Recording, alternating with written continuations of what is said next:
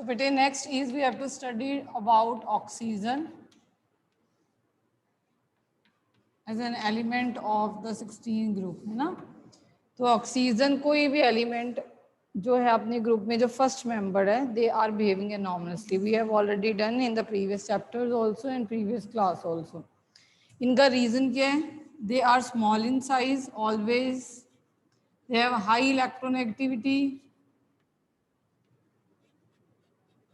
and they have absence of d orbital.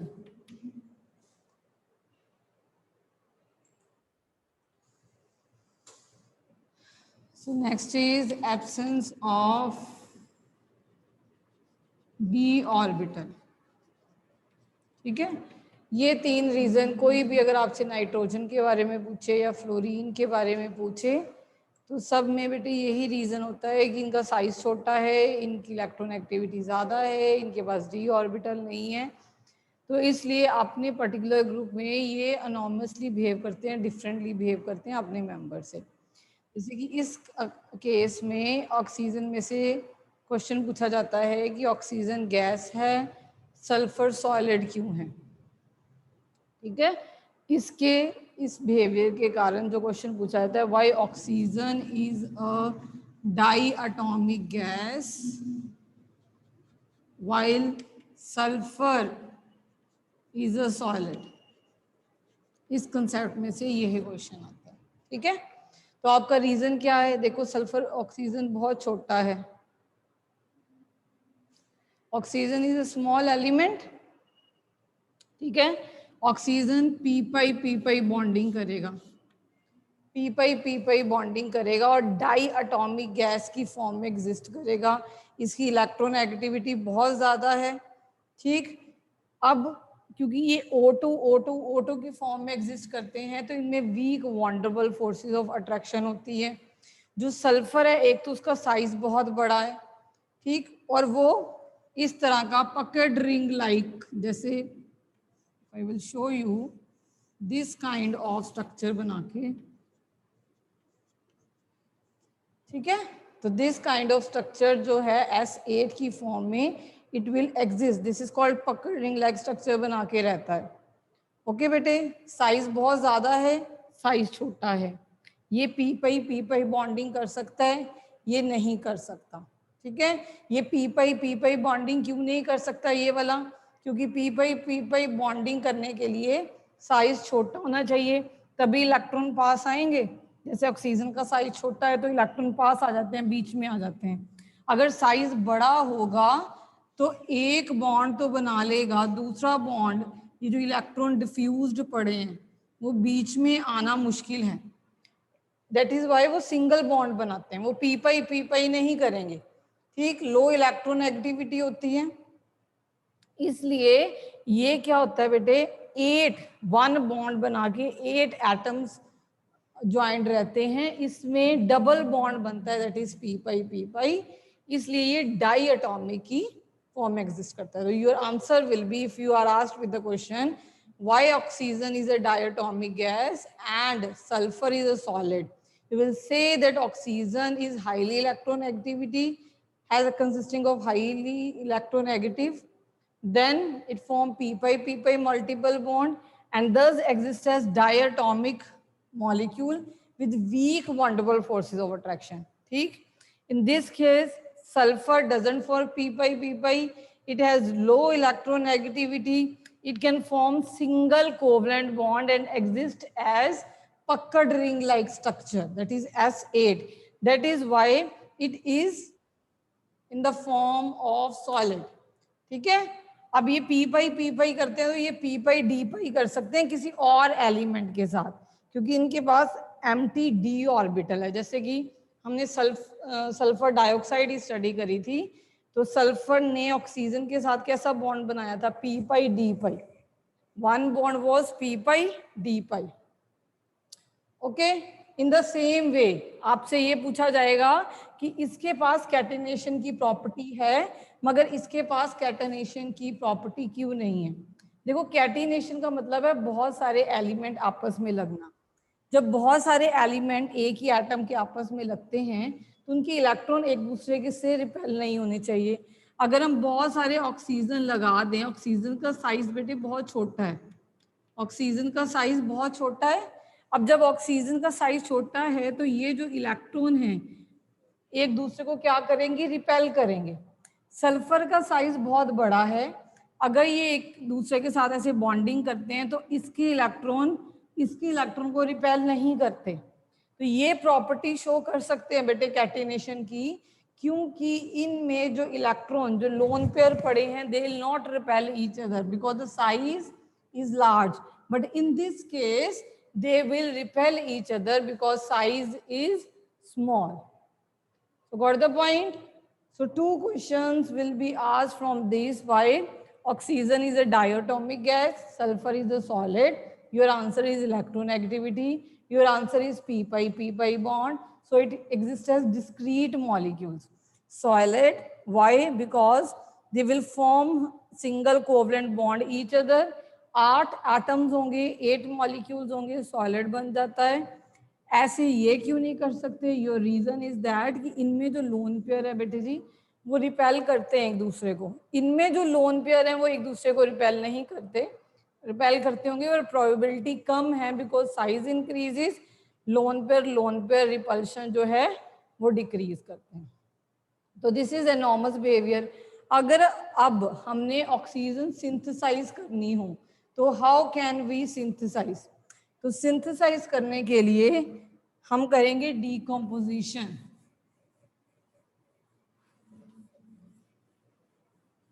Will do decomposition like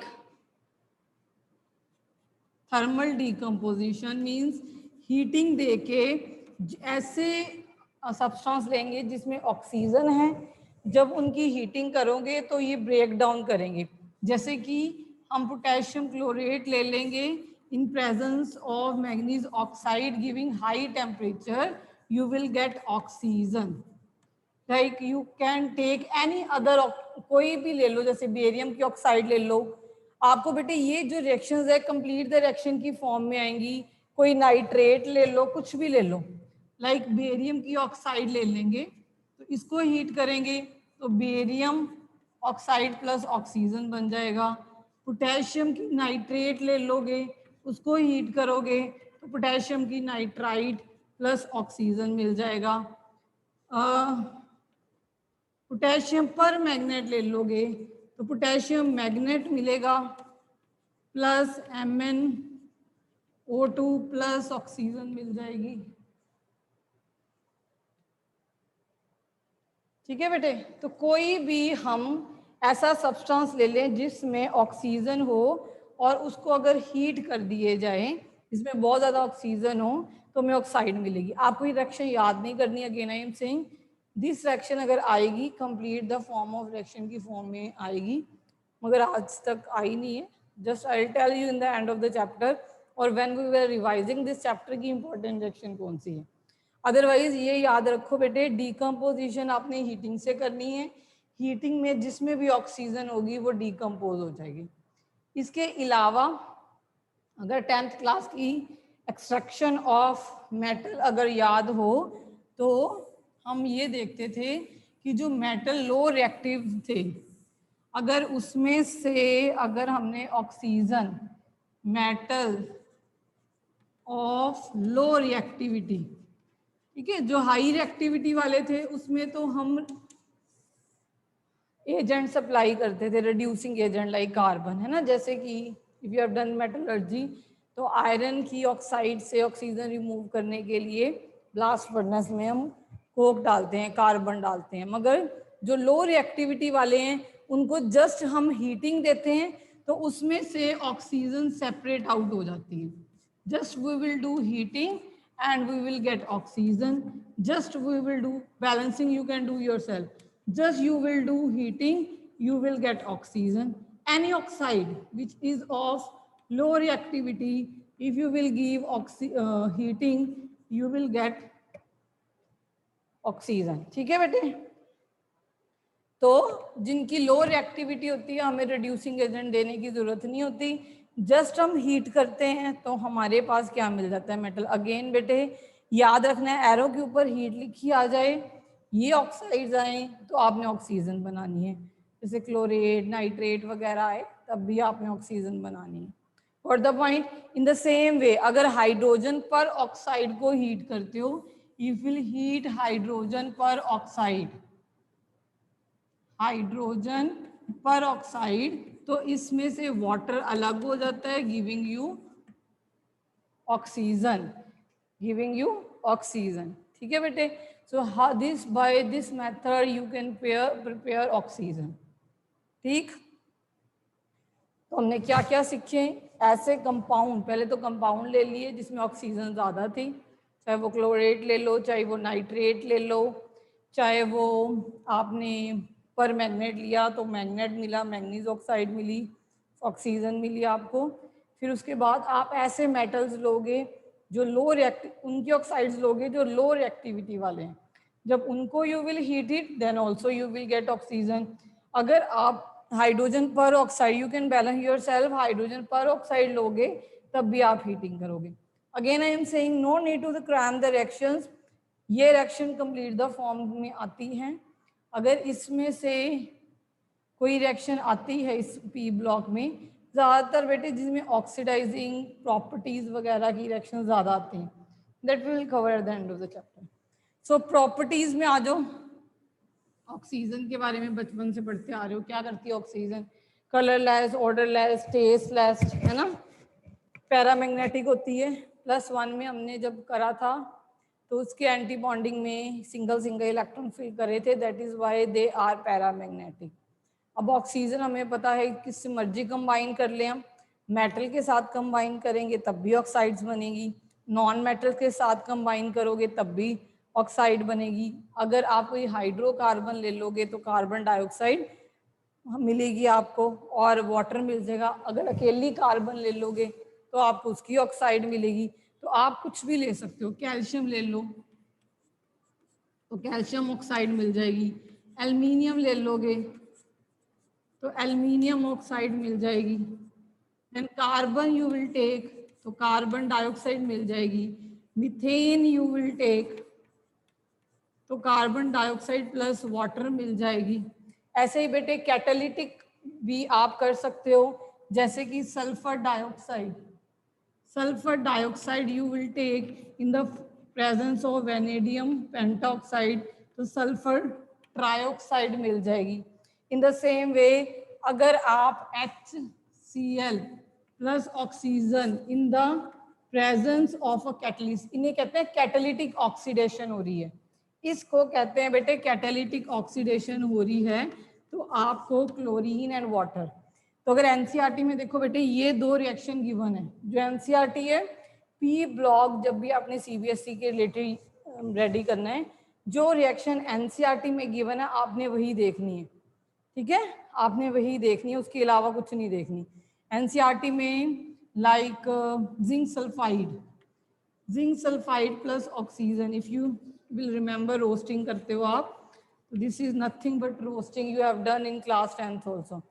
तो इनको अगर oxygen को इस वे में डिफरेंट डिफरेंट सब्सटेंस के साथ रिएक्ट करोगे तो उसकी आपको ऑक्साइड्स मिल जाएंगी। इसमें से दीज 2 रिएक्शंस आर इम्पॉर्टेंट, बाकी तो हैं बेटे जनरल रिएक्शंस हैं। ठीक, अब ऑक्साइड्स हमने कितनी ऑक्साइड्स ऑब्टेन करी। अब ये जो ऑक्साइड है, जैसे ये कैल्शियम ऑक्साइड है, इसे हम कहेंगे बेसिक ऑक्साइड है क्योंकि ये वाटर में जाके बेस देगी, है ना। ये इसे हम कहेंगे एम्फोटेरिक है, विल डू नाउ नेक्स्ट। ये एम्फोटेरिक है, हमें पता है amphoteric we have done in class 10 कि जो एसिड और बेस दोनों के साथ रिएक्ट करती हो, है ना। ये जो कार्बन डाइऑक्साइड है ये क्या है, एसिडिक, क्योंकि इसको वाटर में डालोगे तो आपको क्या देगी, एसिड।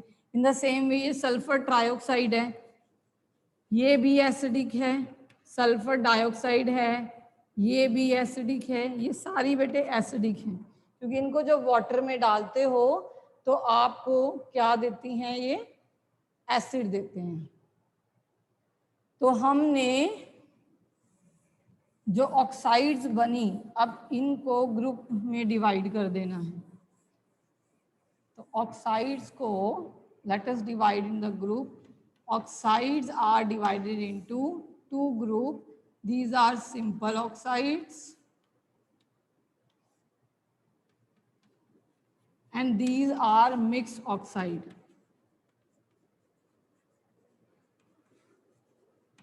Simple में again you will divide into acidic,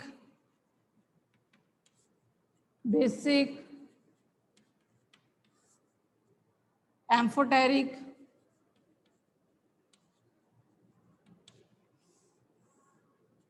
and neutral. Neutral का मतलब जो वाटर में डाल के एज सच रहेगी, किसी में भी चेंज, जैसे कार्बन मोनोक्साइड होगी, नाइट्रिक ऑक्साइड होगी.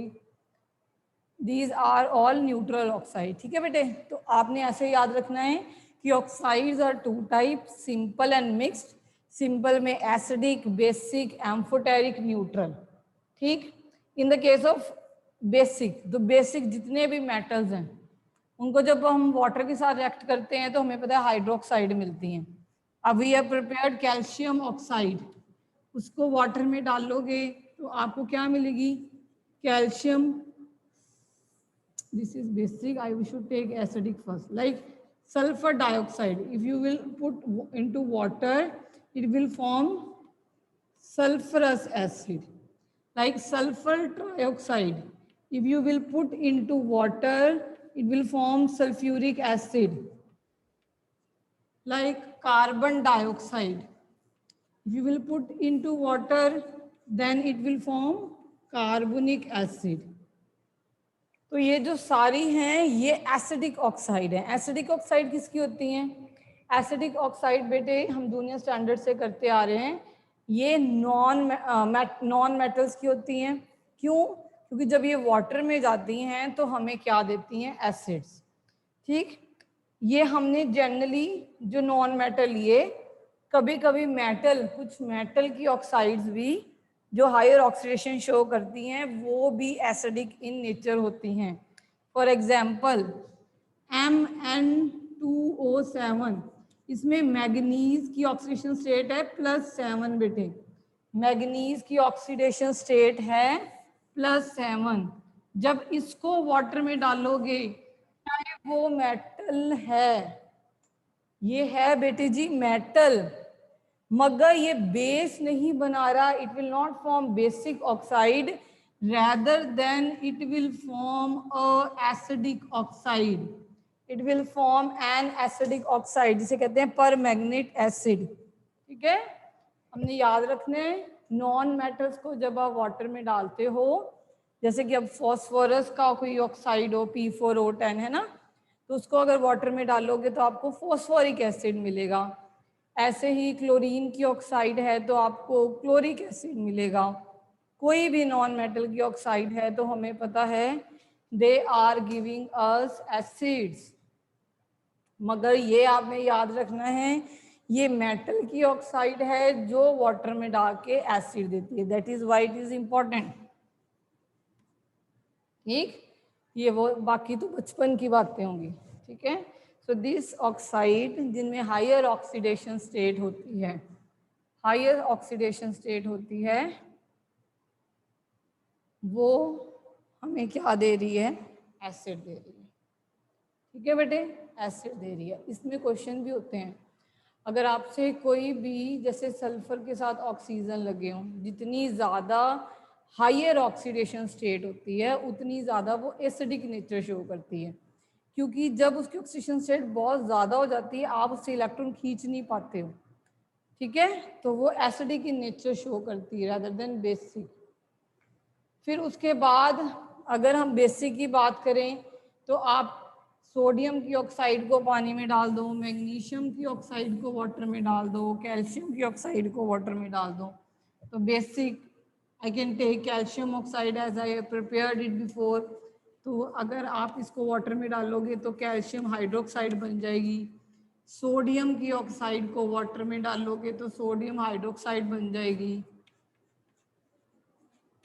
मैग्नीशियम की ऑक्साइड को बेटे वाटर में डालोगे तो मैग्नीशियम हाइड्रोक्साइड बन जाएगी. ठीक. तो किसी भी अगर बेस की ऑक्साइड को वाटर में डाल लो तो वो क्या देती हैं, हाइड्रोक्साइड। अगर दीज आर सॉलेबल तो हम इनको कहते हैं बेटे we say it as alkalies rather than base. फिर एम्फोटेरिक में जैसे कि aluminium oxide is amphoteric, it is reacting with both acid and both base. Aluminium oxide, it is reacting with an acid with a base both. In presence of water you will dissolve the oxide in water, क्योंकि ये दोनों यहाँ पे अगर acid के साथ react कर रही है तो ये कैसे बिहेव कर रही है एज ए बेस, यहाँ पे बेस के साथ रिएक्ट कर रही है तो कैसे बिहेव कर रही है, एसिड। तो आप एक तरह का कोऑर्डिनेशन कंपाउंड बनाओगे, यहाँ पे you will show water molecule with 6 with I am writing here plus 6 Cl negative, okay, plus 6 Cl negative।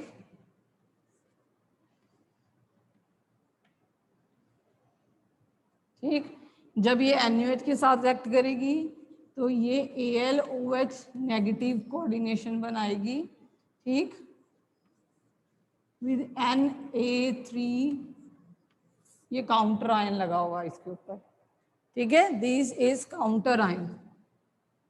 Will do coordination, तब आप भी इजिली सब स्ट्रक्चर बन जाएंगे बेटे।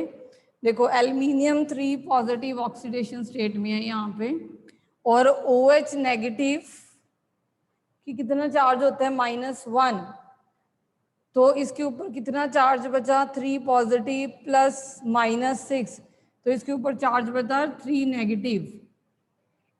3 नेगेटिव को बैलेंस आउट करने के लिए हमने आगे 3 Na3 लगाए हैं। तो this will study in the coordination chemistry. तो आपने ये याद रखना है कि एल्युमिनियम ऑक्साइड एक एम्फोटेरिक ऑक्साइड है।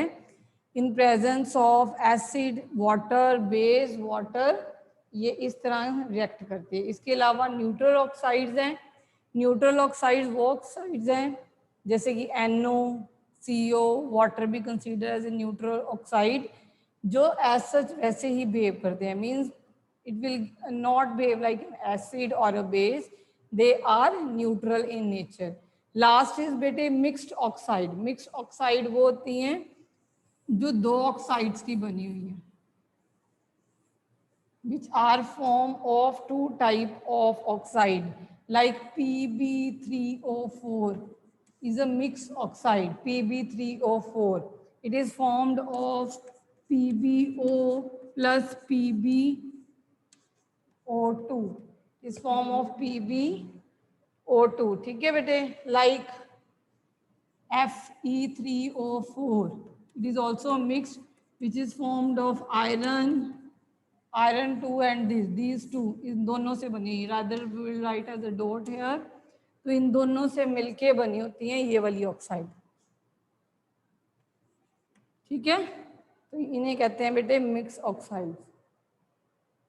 अगर ऑक्सीजन से हमने कुछ रिमेंबर करना है, अगेन आई रिपीटिंग बेटे, कंसेप्शुअल क्वेश्चन में आपने डायटोमिक गैस वाला रिमेंबर करना है। कंसेप्शुअल क्वेश्चन में आपने याद रखना है कि ऑक्सीजन क्यों नहीं कैटिनेशन शो करती, सल्फर क्यों कैटिनेशन शो करती है। अगर डाई एटॉमिक गैस वाला आ जाए आपके पास एक ही आंसर है, P pi bond discrete molecules की फॉर्म में एग्जिस्ट करना, इसलिए weak van der Waals forces of attraction होनी, इसलिए वो गैस है, ठीक। Sulphur single bond, 8 atoms are connected in a pucker ring like structure, इसलिए वो सॉलिड है, ठीक। अब वो सॉलिड क्यों है, वो 8 क्यों अटैच हैं, वो 2 क्यों अटैच हैं, उसका रीज़न ये है कि ऑक्सीजन का साइज छोटा है, देन लोन पेयर एक दूसरे को रिपेल करेंगे। अगर बहुत सारे ऑक्सीजन आप कनेक्ट कर दोगे, चलो 2 तो कनेक्ट हो गए easily, that is very much easy to connect 2 oxygen, more than 2 oxygen are being connected with each other, तो वो ऑक्सीजन के जो लोन पेयर हैं एक दूसरे को क्या करेंगे बेटे जी, they will repel each other. जब वो रिपल्शन कॉज करेंगे तो वो बॉन्ड ब्रेक हो सकता है, मगर सल्फर का साइज बड़ा होने के कारण उसमें कैटिनेशन की प्रॉपर्टी फिर से दिखाई जा सकती है, नेक्स्ट चीज बेटे ओजोन। ठीक, ओजोन। अब ओजोन से ये क्वेश्चन बहुत पूछा जाता है, why ozone is thermodynamically unstable. It is a pet question asked from ozone. और how you will detect estimate ozone. Two questions are there from ozone itself. ठीक है, ओजोन। अच्छा, ओजोन हम प्रिपेयर करते हैं ऑक्सीजन से ही। पहली तो बात, ऑक्सीजन से कैसे प्रिपेयर करते हैं कि जब ऑक्सीजन को हीटिंग करते हैं, हीटिंग कैसे करनी है, साइलेंट इलेक्ट्रिक स्पार्क देके। अब ये साइलेंट इलेक्ट्रिक स्पार्क क्यों देनी है, क्योंकि जब ये ओजोन ऑक्सीजन से बनती है तो रिएक्शन क्या है, ये जो ओजोन है हमने कहा थर्मोडायनेमिकली अनस्टेबल है। मतलब अगर आप टेम्परेचर बढ़ाओगे तो ओजोन फिर से टूट जाएगी। ठीक है, हमने नो डाउट रिएक्शन जब बनती है एंडोथर्मिक है, जब ये बनेगी मतलब ये इससे बनेगी, ये डबल हेडेड एरो यही शो कर रहा है बेटे कि it is thermodynamically unstable. Thermodynamically 142। ठीक, इतनी एनर्जी एब्जॉर्ब करती है। जब इसको बनाया जाता है साइलेंट इलेक्ट्रिक स्पार्क देके बनाया जाता है। साइलेंट क्यों दिया जाता है, पहले तो क्योंकि जो ओजोन है बेटे जी वो थर्मोडायनेमिकली अनस्टेबल है, ये वापिस से टूटती है। अब आपसे ये क्वेश्चन पूछा जाता है कि ये वापिस से क्यों टूटती है, क्योंकि जब ये टूटेगी बेटे, अब आप इसी रिएक्शन को देखो। अब हमें if you know the thermodynamic, delta G is equal to delta H minus T delta S, है ना। तो डेल्टा जी नेगेटिव में होगी तो वर्क डन मैक्सिमम होगा। If you will get delta G negative तो वर्क डन मैक्सिमम होगा। जितनी नेगेटिव में होगी रिएक्शन उतनी स्पॉन्टेनियस हो जाती है। अब जब ओजोन बनती है ऑक्सीजन से तो 3 मोल से 2 मोल बने, मीन्स एंट्रोपी क्या है बेटी जी, डिक्रीज हुई है। तो अगर ओजोन टूट जाए तो 3 मोल्स हमें फिर से मिलेगी, तो एंट्रोपी इंक्रीज होगी। अगर एंट्रोपी इंक्रीज करने का फैक्टर बढ़ेगा तो डेल्टा जी बढ़ेगी इन द सेम वे। अगर फॉरवर्ड डायरेक्शन एंडोथर्मिक है, पॉजिटिव दिखा रहे हैं हम, जो बैकवर्ड रिएक्शन है वो क्या हो जाएगी, एक्सोथर्मिक। तो डेल्टा एच क्या होगा बेटी जी, इट विल बी नेगेटिव। तो अगर डेल्टा एच नेगेटिव है, एंट्रोपी भी इंक्रीज करती है, तो डेल्टा जी ज्यादा नेगेटिव हो जाता है। अगर डेल्टा जी ज्यादा नेगेटिव होगा तो ओजोन जल्दी से टूटेगी। इसलिए he when we synthesise ozone, इसको साइलेंट इलेक्ट्रिक स्पार्क दिया जाता है। क्यों, अगर आप वैसे हीटिंग कर दोगे, आप इलेक्ट्रिक स्पार्क नहीं दोगे, you will increase the temperature.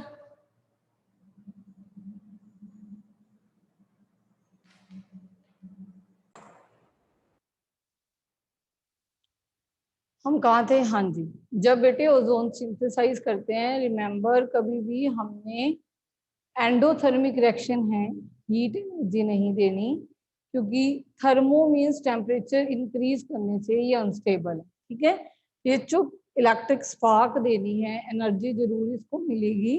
अगर साइलेंट इलेक्ट्रिक स्पार्क देनी है, रिएक्शन एंडोथर्मिक है। अब वेरी इंपॉर्टेंट, मैं बार बार रिपीट करती हूँ, जो इसमें से क्वेश्चन पूछा जाता है कि why ozone is thermodynamically unstable, and you will tell that when ozone is being decomposed into oxygen, the entropy of the reaction increases, and as well as there is liberation of heat.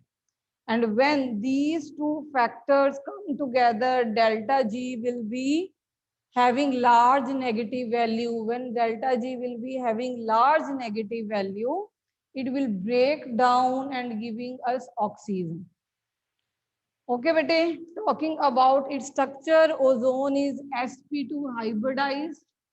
We have done in +1 also. It is sp2 hybridized. ठीक, with bond angle 117. Okay. ठीक है, and again we know it is resonance stabilized, so bond length lies in between double bond and single bond. Neither it has single bond nor it has double bond, both have equal bond length because they are resonance stabilized. Now, this ozone is very much a powerful oxidizing agent. What is powerful oxidizing agent? We have done बेटे, it will decompose. अगर ozone को अगर आप heating करोगे तो आपको ये nascent oxygen देगी. नेसेंट मीन जो बहुत ज़्यादा रिएक्टिव है, सिंगल ऑक्सीजन देगी. जब नेसेंट कोई चीज़ मिलती है तो फटाफट कोई भी प्रेजेंट पास होता है उसके साथ रिएक्ट करती है. इसलिए ये है आपकी powerful oxidising agent. Because when it will break down, it will give you nascent oxygen. When it will give you nascent oxygen, it will break down. ठीक है बेटे? So many reactions are not there. In the references book, you must be having the reactions. In NCERT, this reaction is given and you will be emphasizing on this particular reaction only. Sai करने बैठ जाओगे फिर आपका you will waste your time. ठीक है. Lead sulphide ozone. ठीक, ये आपने बिल्कुल याद रखनी है. और एक ये पावरफुल ऑक्सीडाइजिंग एजेंट है. एक ये थर्मोडाइनेमिकली अनस्टेबल है. Third, how you will be estimating the ozone. ठीक, ओजोन को जब हम पोटेशियम आयोडाइड के साथ रिएक्ट करते हैं और जो सॉल्यूशन है बफर करते हैं बोरेट के साथ, में आयोडीन मिलती है. उस आयोडीन, कितनी अमाउंट ऑफ आयोडीन मिली वो डिपेंड है कितनी अमाउंट ऑफ ओजोन रिएक्ट करी है. ठीक है बेटे, कितनी अमाउंट ऑफ ओजोन रिएक्ट करी है. अगर आप ओजोन को, आपसे पूछा जाएगा हाउ ओजोन इज एस्टिमेटेड, तो आप बोलोगे कि जब हम ओजोन को पोटेशियम आयोडाइड के साथ रिएक्ट करते हैं तो हमें आयोडीन मिलती है. ठीक है. अब आयोडीन कितनी मिली? जितनी हमने पोटेशियम आयोडाइड ली थी, जितनी हमने पोटेशियम आयोडाइड ली थी उसके डिपेंडेंट हमें ओजोन रिक्वायर्ड थी. अब जब ये आयोडीन मिल जाती है, इसको टाइट्रेट किया जाता है. Iodine is a self indicator. इसको टाइट्रेट किया जाता है बेटे सोडियम थायोसल्फेट के साथ. इसको टाइट्रेट किया जाता है सोडियम थायोसल्फेट के साथ. तो हमें अमाउंट ऑफ आयोडीन पता चल जाती है. अमाउंट ऑफ आयोडीन से हमें अमाउंट ऑफ ओजोन